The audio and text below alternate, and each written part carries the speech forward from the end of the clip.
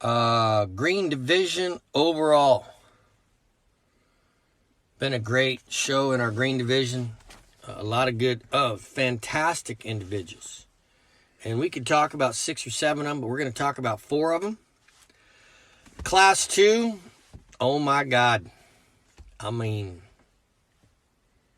she's as good looking, well built as anything we've seen all day.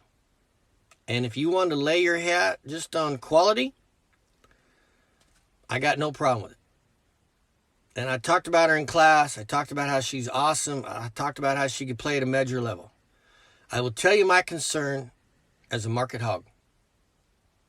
If it's a jackpot show, she probably wins. But at a jackpot show for me, she looks like a progress pig. She doesn't look like a market hog. And I know she weighs 235, but she just doesn't look like a market hog to me. And that's critical of a phenomenal individual that I could go on and on and on about how I did in class, about how good she was. That's the criticism. Does she look like a market hog? Nice job, young man. Phenomenal individual. Congratulations to you and whoever bred her. That's a big time guilt. Our second pig that we talk about comes from class 3.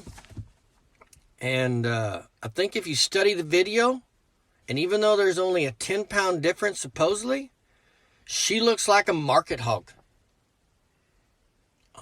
And just the dimension and squareness and muscle and levelness and design, so hard to make one have that much and yet be that sound and that fluid and that good looking.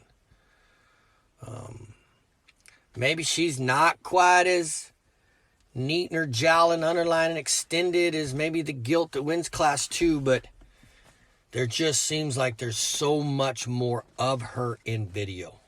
I think that's a phenomenal individual and makes a outstanding market hog.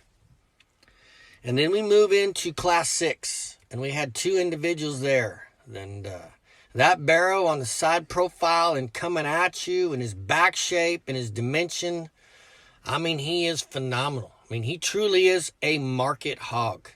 Stout, rugged, correct, well-balanced. One criticism, the length of stride and set to his hock as he moves off on his hind leg. But that is a monster in terms of being a hog that weight and that size, that freshness, and that kind of muscle. And then the gilt that stands second to him. And, went for a long time studying her. Because I actually thought that there's some similarities in her skeletal design and build as the gilt that wins class 3. And you might be able to pair them up. But again, as like we talked about, went over and over and studied. And as a market hog in terms of muscle content, I thought the barrow was just better in those areas.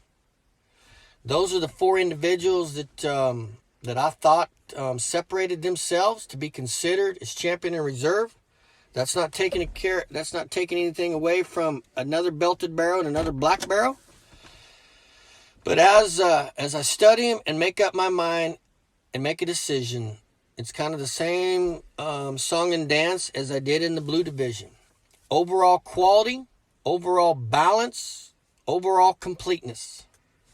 And for my champion in the green division overall is going to be the gilt from class 3, ear tag number 746. I believe she is the most complete, most correct, that puts all the good things together, yet still has the intangibles, and yet she's the most complete, the best piece of livestock.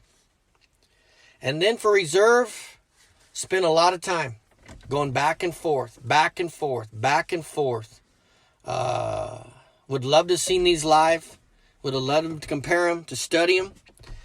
But as I stay true to market hogs and market hog weights and look like market weight and hang them and talk about carcass merit and muscle and dimension and structure, I went ahead and stayed true And for reserve green division overall is from class 6, ear tag number 642. Congratulations to all you individuals in the green division. I think there's a lot of room for discussion, and I don't know if you'd always be wrong, because you could go a lot of different ways. Congratulations, everyone.